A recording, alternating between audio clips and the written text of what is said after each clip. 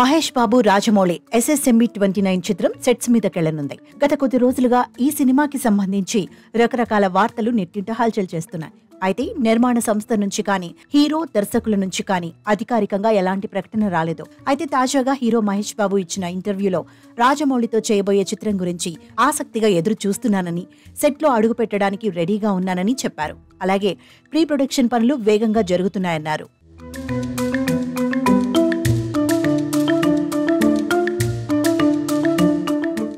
ఇటీవలి రాజమౌళి మహేష్ తో 8 లుక్స్ తో ఫోటోషూట్ నిర్వహించారని 2 రోజుల క్రితం ఓ వార్త హల్చల్ చేసింది.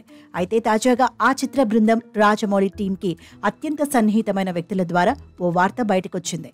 ఇటీవలి మహేష్ ను కృష్ణుడి గెటప్ లో ఫోటోషూట్ చేశారట. కొన్ని గంటల పాటు ఈ షూట్ జరిగిందట. అయితే కృష్ణుడిగా మహేష్ లుక్ అయితే మాటల్లో చెప్పలేనంత అద్భుతంగా కుదిరిందట. ప్రస్తుతానికి ఆ లుక్ బయటకు రాలేదు, కానీ కృష్ణుడి గెటప్ లో మహేష్ ను చూసి టీం అంతా మురిసిపోయారట.